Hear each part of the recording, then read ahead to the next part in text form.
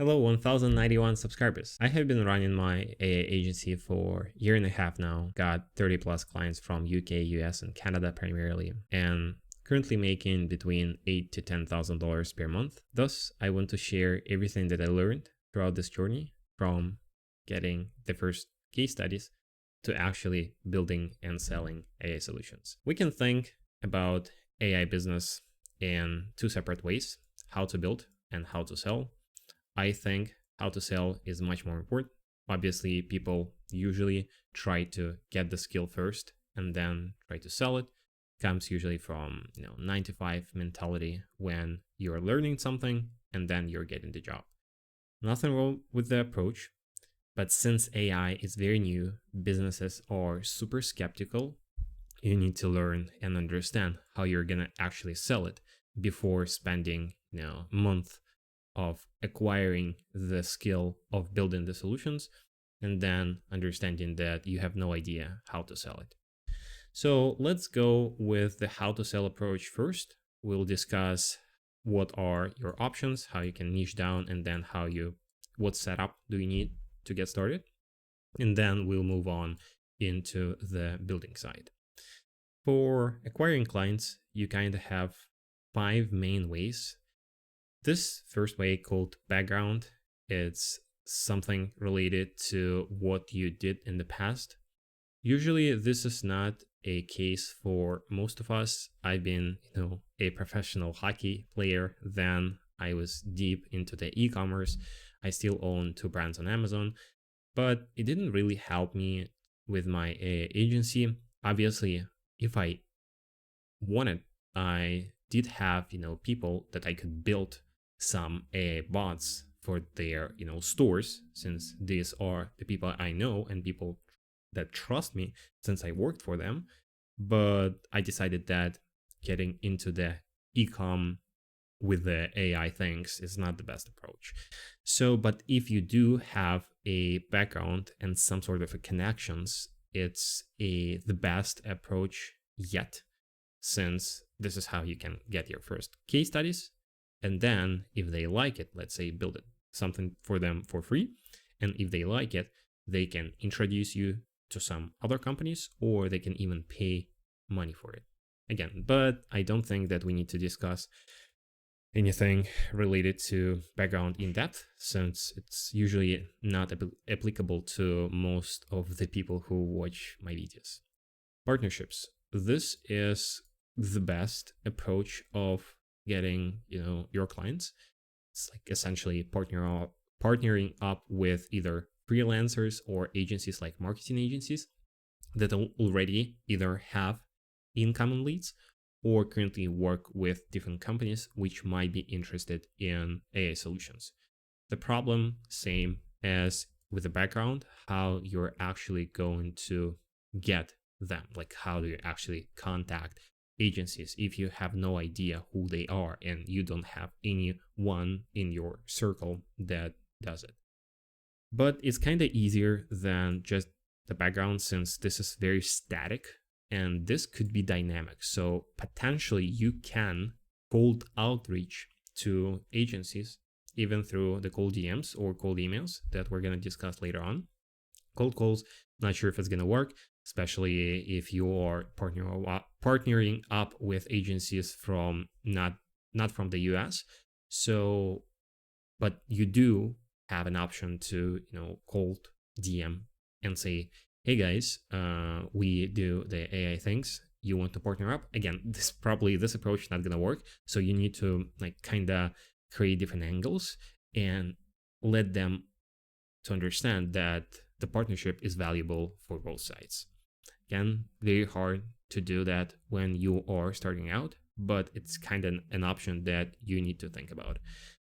Cold outreach, depending on if you have a native English or not. My audience, I think, is 30% US, then like 5% UK, and like whatever, New Zealand and Canada, Australia. So the people who speak English natively. For you guys, I think the best approach is cold calls, because people is really hesitant to speak with with the guys that have strong accent. Again, this is just the reality. As I mentioned in my previous videos, I have not tried cold calls a lot. I am planning to, and obviously I'm not gonna do it myself. And I know that I can get just people from other countries 5 times cheaper. But I do think that, and I am planning to invest more money into the closers that speak English natively. Okay, so if you do, I think just go for the cold calls. Not gonna discuss strategies here. There are plenty of videos on YouTube. There are plenty of books. It is essentially a very in-depth topic. There are like a lot of things you can do. So I would highly recommend you to start cold calling, even if you hate it. And even if you haven't tried it, but you think that you'll hate it, you will. But still, like, I think this is the best approach. Now, this is what I did. Obviously, I didn't do the cold DMs because cold DMs usually apply to either, let's say, agencies when you are trying to contact the entities, the businesses that have a strong social media presence and usually reply to their messages. For example, e-commerce obviously do have a huge presence online, but I don't think that the cold DMs will like work for them, especially if you're sending, them to their Instagram or Facebook pages, because usually these pages are managed by support manager and like they're not going to transfer you to a director or CEO. Because we have in my company, we have a support manager. No way, even if it's helpful, no way she will like give me something that could be potentially valuable because she does not understand what we actually need because she's only focusing on one side of the business. Sometimes I do myself log in into our emails and into our support inbox and just check what people are saying, but it's very rarely. So I don't think that you, especially if you're like going after old school businesses, you need to focus on the DMs. So the only thing that is left is cold emails, and this is what I essentially did. I have multiple videos on this channel, how I go about cold emails, what softwares do I use, what strategies do I use. Again, it's very in-depth topic, but as you can see, the green ones are kind of the best options that you have, and the yellow ones is mediocre. So I think, again, like this is kind of very, very good way of starting out. Now, for the paid, again, like Facebook ads here marked as green, obviously they do work. Like Facebook is the biggest social media in the world. Again, Facebook, Instagram, whatever. But again, it very depends on the niche that you're gonna going after. Do you have money to invest or not? So do you have an experience with media buying? There are a lot of factors that will like decide either you're gonna succeed or not.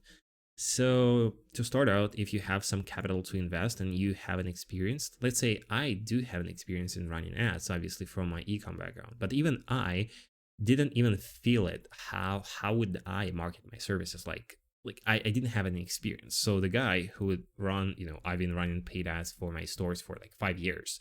So not myself. I've been working with media buyers, with agencies, and was doing it myself at first. So even like if we compare myself to the guy that has like 2 months experience of running the things for like digital products or services, he would have much like better edge than I do, even if I like understand the logic behind the like different marketing strategies better. Okay, so it depends on you as well as the niche that you're gonna choose. YouTube, again, YouTube is not only about paid content, organic content that like say I do.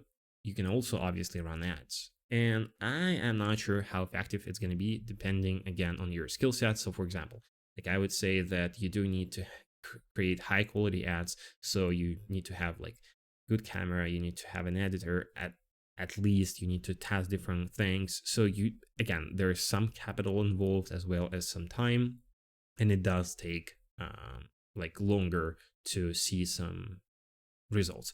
I do not actually know any agency owners that tried YouTube ads for them. Obviously, there are a lot of different businesses that run YouTube ads, but I'm just not sure. Either they are like selling some digital products, not the services, or they sell something, physical like sauce. SaaS is not physical, like a SaaS or a physical product. Again, it's very, very in-depth topic, so I don't think that you need to start here, but it is an option, obviously. For the organic, this is kind of the goat of getting the clients in terms of the quality of them, but it will take you like a while. So you can kind of have freelance platforms, which I do consider organic, or the content. So freelance platforms like Upwork, you like organic, it means that people there are already looking for something, right? Obviously, they don't know anything about you, so it's not an incoming lead usually if you're starting out. So you still need to do the outreach, you still need to do the proposals, but at least these are the companies that are looking for some sort of solutions. The problem, as you all know, with freelance platforms, it's highly, highly competitive. I know a few owners that did succeed with this thing. I never tried in my life working from the freelance platforms, and I do actually regret it. I would love, if I have right now an Upwork profile, because with my current stage, of the agency, like with my case studies and with my experience, I'd say that I'd have at least like a few incoming leads, I'm not sure, a week, a month. And if we even convert one, each lead is super valuable. So we would have like better edge. Plus, it's kind of like a backup if, let's say, my approach, cold emails, not gonna work in a few months. We obviously have referrals, but it's more linear. So we have another edge that we can use as a like good Upwork account. Again, I'm planning to do the cold calls, I'm planning to run the ads, but still, if you can, please do, start an account, try to send different proposals, try to do at least something, at least some work. And this is also going to be relevant when I'll talk about getting your first case studies. So, but more on this later. Content. Guys, I know there's a lot of talk about content and YouTubers trying to push very hard on starting something, posting content, and getting the clients. Especially, I am on Twitter a lot, so two of my main socials are YouTube for the video and X for like text-based things. And if you want to learn more about like my life, go subscribe to my X. It's like I just don't. I have an Instagram account for myself and for my just the friends. It's on Russian, so if you want, you can subscribe Eugene Kazin. For the more like kind of in-depth life, my thoughts and day-to-day things, it's X. I'm posting everything on X every day.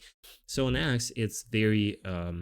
I can see it very clearly that the gurus are pushing the like posting content and getting clients from the content. Again, it very depends on the niche, right? So more specific the niche is, kind of the faster you may see the results.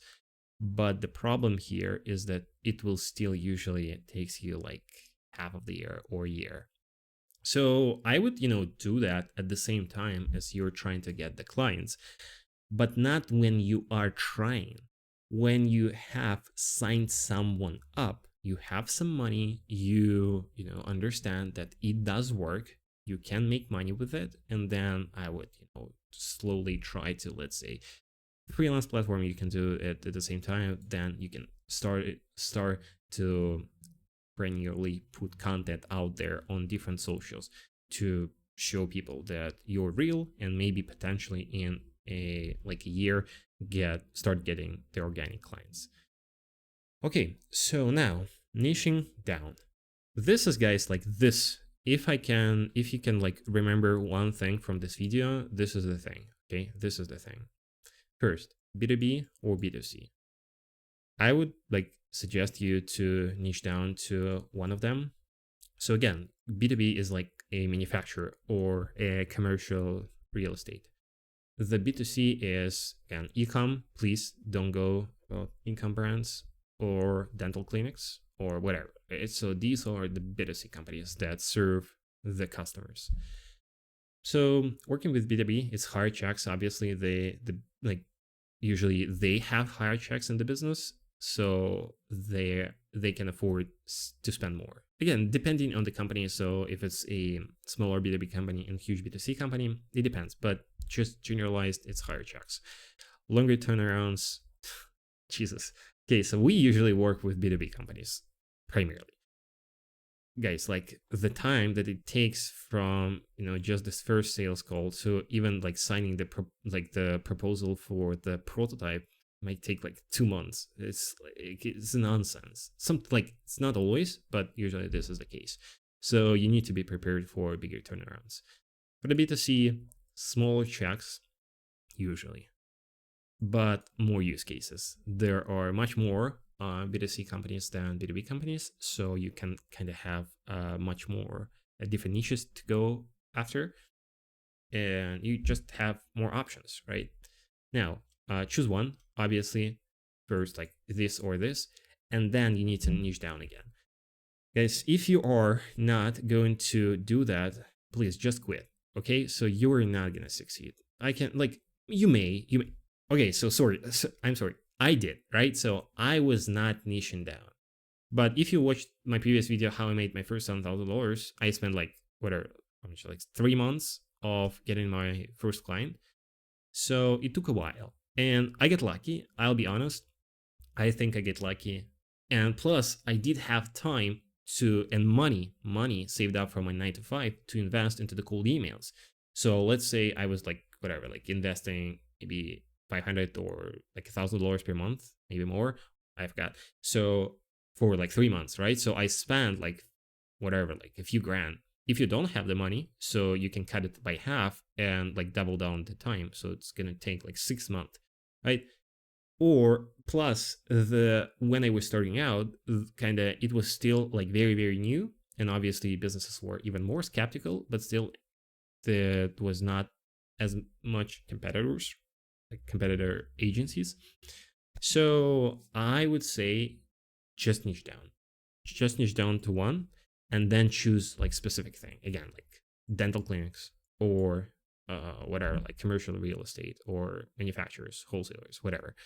So I would if you want my advice, go with B2C, because B2B is, these are usually older guys, the guys that you're gonna speak with, old school, and they will look at more case studies. It feels like their time is more valuable. I know that it's not true. Obviously, it depending on the business, but I feel like they value their time more. So if you're not super experienced, you don't have huge amount of case studies, usually they will not even if you will offer to work for free, they will be very skeptical. So I would say with B2B and niche down to one specific thing, HVAC or whatever, like not agencies is the B2B, like insurance or clinics. Even if you're going to go about for the health niche, narrow down even further. So become not an expert, because if you're starting out, you're not an expert, but at least in your head, you should know all of the different agencies, at least that are offering the same kind of solution for this market. For example, for the B2C, there are a lot of SaaS products. Usually these are white labels, and sometimes when you go to their website, it feels like a SaaS, but on the back end, it's an agency. It happens a lot with the B2C market right now, and with AI, people try to launch new things. So you need to know your market, right? You need to know different options. And on the sales call, you can say, don't afraid to mention your competitors. That's what I was trying to do. And I was saying, hey guys, okay, yeah, we're not a huge agency. You have these options, but they charge more, or they can, do this, but we can do that. So compare yourself and not hide it from your potential customers. Okay, so because you need to speak the same language, right? And again, it comes down to your background. If you have a background in some niche and you can potentially think that it can be valuable in offering the solutions, and you can narrow down in the niche and offer something for them, bro, this is huge. Because let's say you're going about, clinics, and you say, okay, you don't need to fake that you had a clinic. If you did have a clinic, that's like awesome. But let's say you worked with a clinic in the clinic, or you had like a parents that own a clinic, something like that. If you mention this thing during the sales call, and you like throughout the conversation you speak like the same language, you'll have 10x chances to convert the client. Okay, it's just from my experience. So again, remember one thing: niche down. Now, the setup, everything that you need to start. Essentially, the website, it is a must. Some people say you don't need the website. You do, right? You do need the website.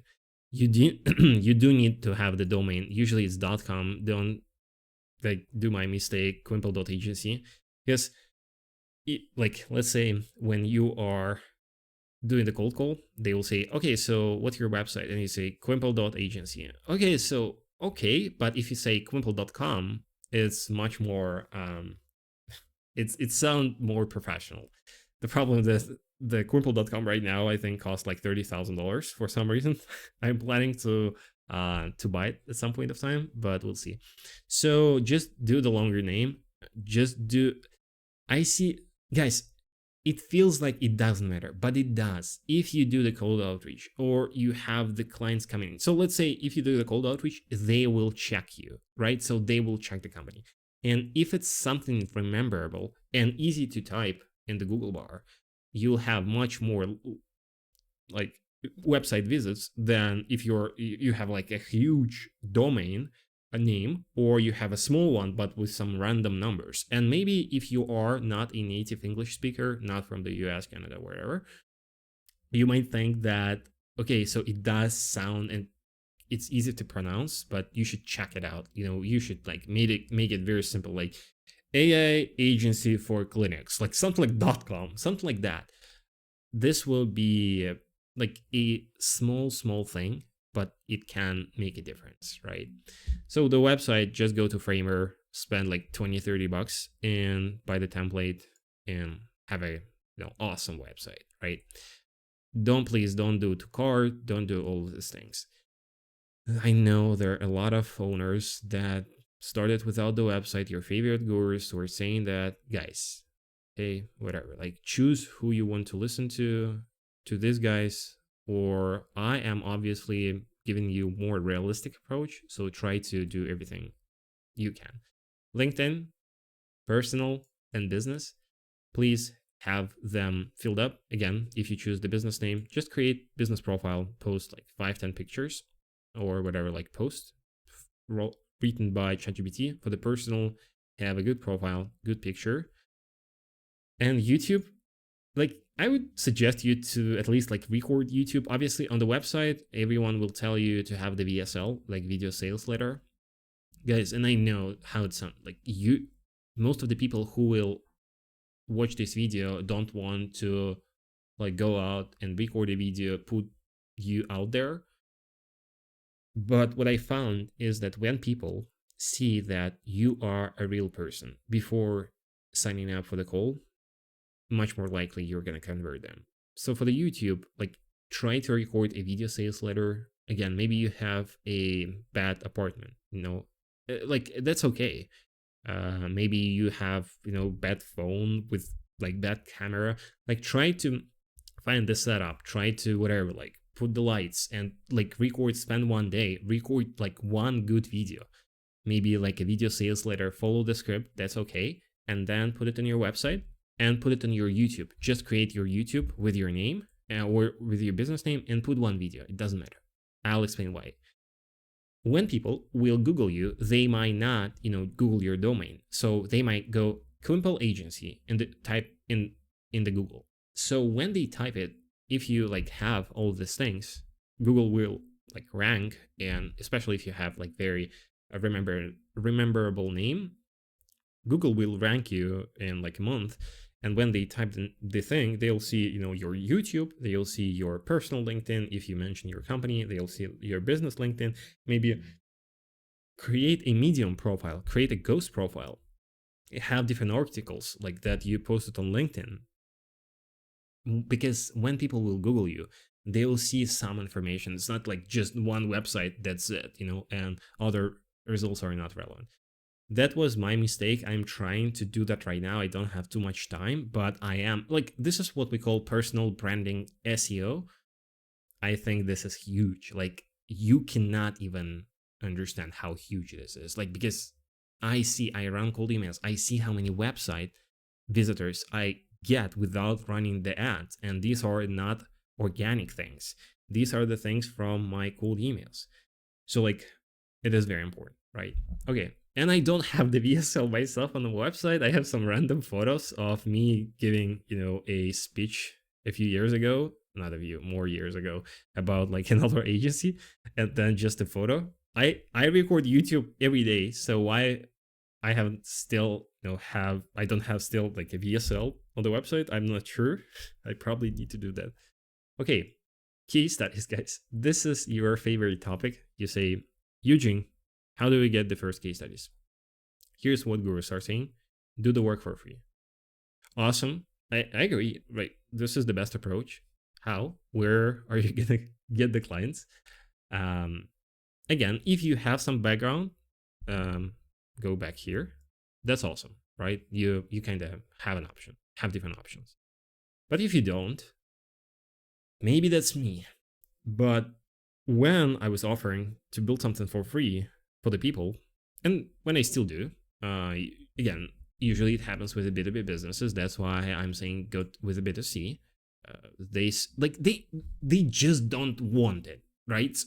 Some do, some do. That's why you need to put out the volume depending on if you have the resources to run the cold like outreach at scale, or you have the time to to reach out to different prospects to wait for the clients to come in.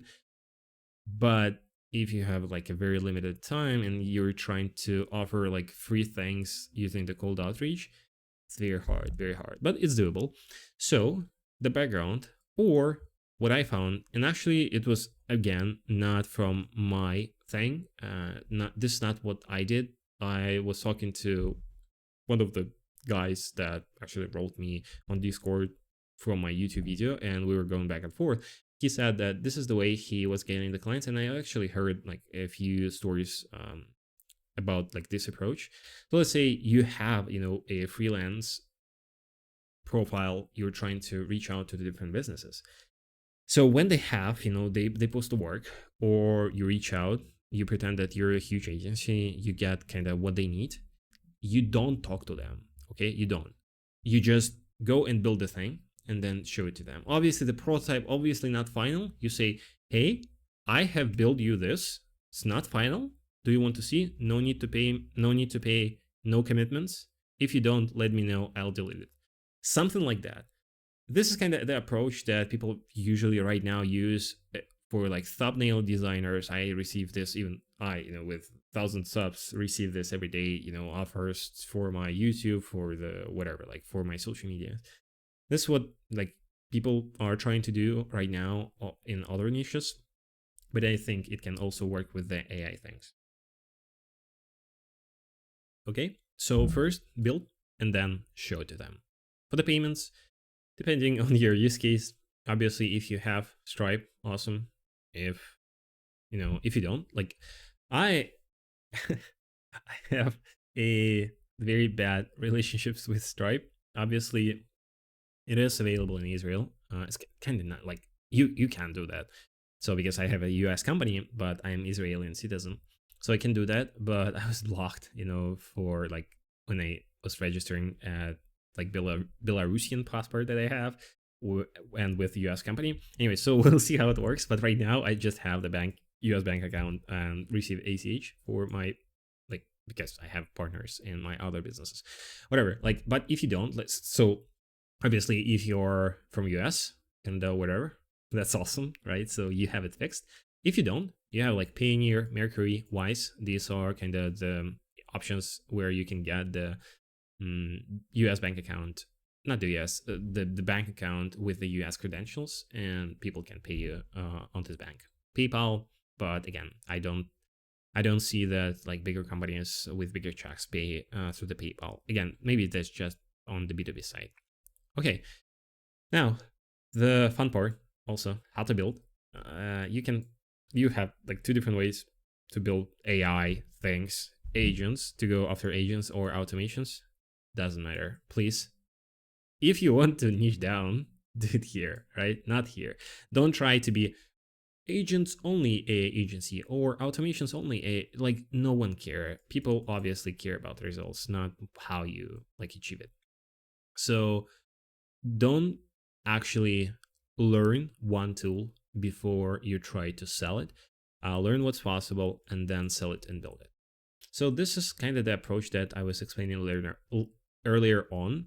So let's say that you did the whole setup. Throughout this setup and throughout, maybe setting up the, like, no, I'm bullshitting. So first, obviously, you do need to understand what is possible. Watch my channel. Maybe that's not enough. Watch some other YouTube channels. Try to understand, okay, so if you are very new, so try to understand what's possible, right? So if you are already have ideas how to go about, specific niche down market. Okay, so now you need to understand how to, like, what types of automations and agents you can do. Because obviously you're not going to sell chatbots on the website. Okay, you may, but you should not. So you should like have a very, remember from my previous video, very, very specific use case for very specific market. So when you know the market, research the YouTube, learn everything that you can on what's possible. Do not try to build the thing yet, right? So do not try to learn the voice flow or the make. Like, yeah, sure, like you will watch the videos, you can sign up, like see what's up, but don't spend like weeks of trying to build a thing.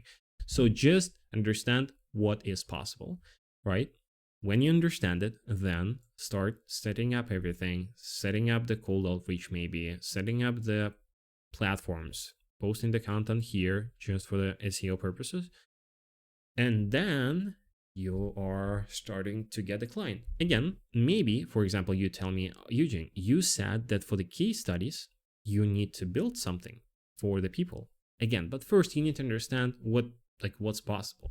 So you understand what's possible month or so, then you have the setup, you set up the cold outreach, then you're trying to at the same time go for the freelance platforms, trying to find a use case for your build, then see, okay, now you understand, okay, so I can build invoice processing automations.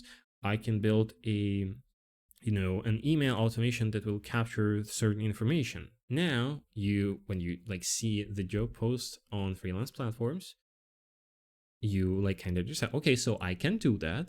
Then go and actually build the very basic thing.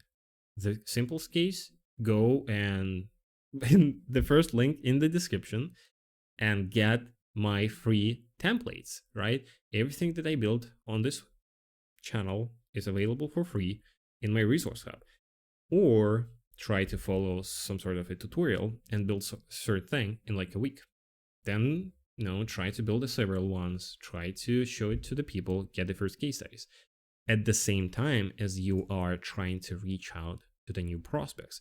Start, if you're cold calling, cold emailing, or whatever, like running ads, maybe try to get the feedback. Try to see what people are saying if you're calling, if you're emailing, what's your response rate, if you're running ads, what's the like price per click, what's the conversion rate, so all those things. So try to do everything at the same time, but don't like build the final solution. Don't go in depth into the building process. Now, when you have someone interested, and ideally you already have like at least a case study or so, then you can hop on the actual sales goal, try to convert, say that you will build it for free for them, maybe charge them $100 or $200 for to see their commitment, say that this money goes to the platform and talking usage and fine tuning. Obviously it's not, but it's for you to see the commitment from their side. And then when you have the client, now you go and build it. Obviously, it depends on what client. So if you're super lucky and get like a bigger client and he trusts you, so you can partner up with but from an opposite. So you now partner up with some agency. To find agencies that kind of can do the thing, it's not super hard. There are, if you want, I can explain you how to get to them. Like you can potentially go to me, but we have like higher prices. So if you have the client, go reach out to me and say, hey Eugene, I have the client, I need this build, and how much it's gonna cost. I'll like build the thing. I'm not gonna hop on the call with you if you don't have a client. So I need to understand that you like have, because I have like different calls, different sales calls from my cold outreach and from the referrals that I get. So if you have the client you want to talk, you're serious, okay. So usually our prices start at like $4,000. We do not charge anything below that. So let's say you like potentially can build and charge the client like $7,000 or $8,000, whatever. Then we can build it for you for like five, and you have the margins. Anyways, there are a lot of different use cases for it, or build it yourself if you are comfortable on doing that, and earn all the money into your pocket.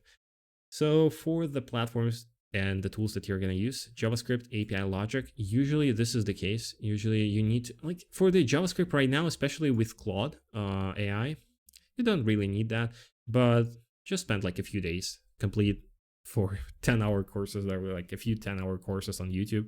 They type, JavaScript full course on YouTube, and like spend a few days on learning the basics, understanding the structure. Okay. Then the API calls, same thing, how to make them. It's not as hard as it seems. Same thing, YouTube, how to make API calls.